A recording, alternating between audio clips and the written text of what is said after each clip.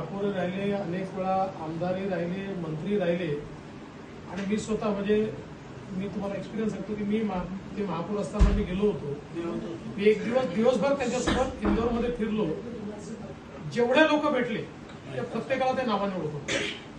त्यांच्या ऑफिसमध्ये, बाहेर, रस्त्यावर, जिथे कुठे प्रत्येकाला ते नावाने ओळखत. आणि कैलासजींची खासियत अशी आहे की ते इलेक्शन एक्सपर्ट आहेत.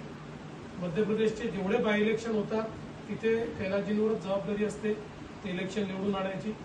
सगळ्यात महत्वाचं बंगालमध्ये जे परिवर्तन आपण सगळ्यांनी बघितलं ते कैलासजींनी तिथे जवळजवळ वर्ष 2 वर्ष बसून राहिले बंगालमध्ये.